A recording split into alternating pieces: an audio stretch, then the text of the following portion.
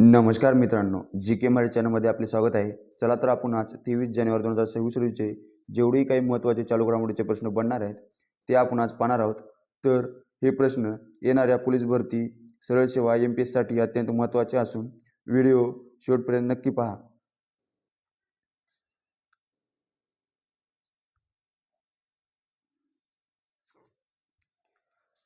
प्रश्न पहिला, India open badminton स्पर्धा 2026 महिला गटाचे विजेतेपद कोणी पटकावले आहे? बरोबर मित्रांनो, ऑप्शन बी अन से यंग यांनी इंडियन ओपन बॅडमिंटन स्पर्धा 2026 महिला गटाचे विजेतेपदक हे पटकावले आहे.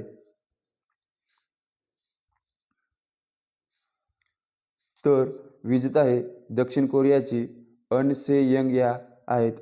तर उपविजेता या चीनची वांग जी ई या आहेत.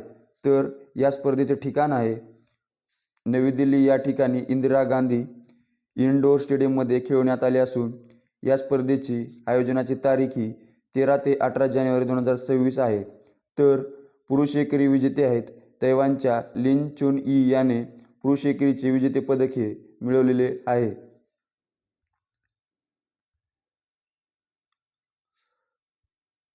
प्रश्न दुसरा, 21व्या टाटा मुंबई आंतरराष्ट्रीय मॅरेथॉनमध्ये महिला गटाचे विजेतेपदक कोणी जिंकले आहे? तर बरोबर मित्रांनो, ऑप्शन बी एशी कालायू चेकोले यांनी 21व्या टाटा मुंबई आंतरराष्ट्रीय मॅरेथॉनमध्ये महिला गटाचे विजेतेपदक हे पटकावलेले आहे. तर या इथिओपिया या देशाच्या आहेत.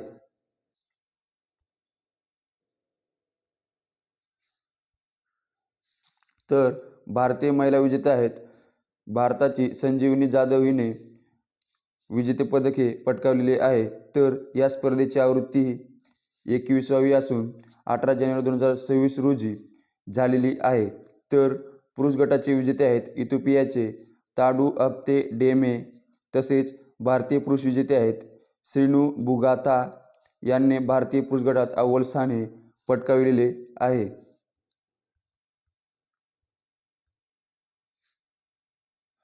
प्रश्न तिसरा, नुकतेच केंद्रीय दक्षता आयोगात दक्षता आयुक्त म्हणजेच सदस्य म्हणून कोणाची नियुक्ती करण्यात आली आहे?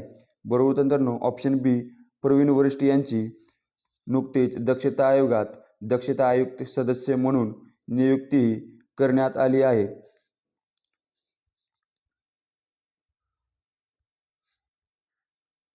तर हे 1991 बॅचचे IPS अधिकारी प्रवीण वरिष्ठ यांची नियुक्ती करण्यात आली आहे.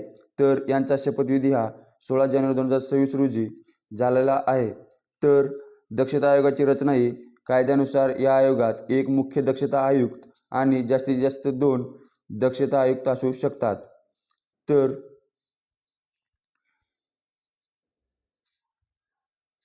निवड समिती यांची निवड पंतप्रधान, अध्यक्ष, गृहमंत्री आणि लोकसभेतील विरोधी पक्षनेते यांच्या समितीमार्फत केली जाते.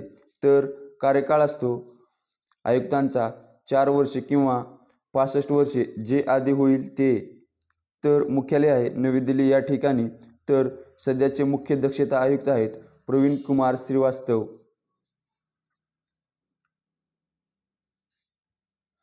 प्रश्न चौथा, 9व्या आंतरराष्ट्रीय मसाला परिषदेचे आयोजन 23 ते 26 फेब्रुवारी दरम्यान भारतातील कोणत्या शहरात केले जाणार आहे? बरोबर मित्रांनो, ऑप्शन सी कोची केरळ या शहरामध्ये 9व्या आंतरराष्ट्रीय मसाला परिषदेचे आयोजन हे केले जाणार आहे.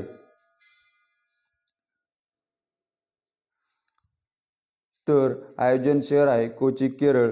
तर आयोजनाची तारीख ही 23 ते 26 फेब्रुवारी 2026 असून आयोजक ऑल इंडिया स्पाइसेस एक्सपर्टेस फोरम. तर विषय आहे स्पाइस 360 गेटिंग फ्युचर रेडी. उद्देश आहे जागतिक मसाला उद्योगातील शाश्वतता, पिकांची गुणवत्ता आणि पुरवठा साखळीतील आव्हानांना चर्चा करणे.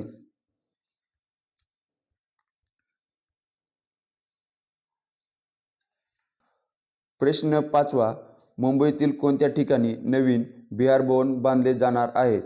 बरोबर मित्रांनो, ऑप्शन ए एल्फिन्स्टन इस्टेट या ठिकाणी बिहार भवन हे बांधले जाणार आहे. तर प्रकल्पास खर्च येणार आहे 314.20 कोटी रुपये. तसेच इमारतीचे स्वरूप आहे 30 मजली अत्याधुनिक इमारत. तसेच मुख्य उद्देश आहे मुंबईत उपचारासाठी बिहारमधील कर्करोग रुग्णांना आणि त्यांच्या नातेवाईकांना राहण्यासाठी स्वस्त सोय उपलब्ध करून देणे यामागचा उद्देश आहे. तर क्षमता म्हणजेच सुविधा आहे यात 240 खाटांचे डॉर्मिटरी, 178 खोल्या, कॅन्टीन आणि पार्किंगची सोय असेल.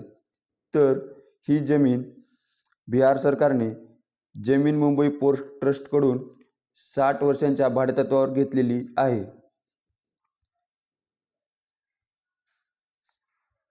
प्रश्न 6वा, यंदाच्या 26 जानेवारी 2026च्या चित्ररथ संचलनात महाराष्ट्राचा चित्ररथ कोणत्या संकल्पनेवर आधारित आहे? बरोबर मित्रांनो, ऑप्शन बी गणेश उत्सव या संकल्पनेवर आधारित आहे. तर या चित्ररथाची निवड ही संरक्षण मंत्रालयाच्या तज्ज्ञ समितीमार्फत केला जातो. तसेच 2026च्या संचलनात एकूण 17 राज्य आणि 13 केंद्रशासित मंत्रालयाचे चित्ररथ सहभागी होणार आहेत. प्रश्न 7वा, पद्मपाणी जीवनगौरव पुरस्कार 2026 कोणाला जाहीर झाला आहे? बरोबर मित्रांनो, ऑप्शन बी आशुतोष गोवारीकर यांना पद्मपाणी जीवनगौरव पुरस्कार 2026 हा जाहीर झालेला आहे.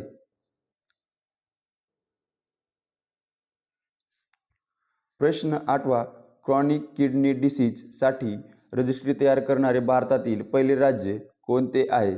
बरोबर मित्रांनो, ऑप्शन बी ओडिशा राज्य हे क्रॉनिक किडनी डिसीज साठी रजिस्ट्री तयार करणारे भारतातील पहिले राज्य आहे.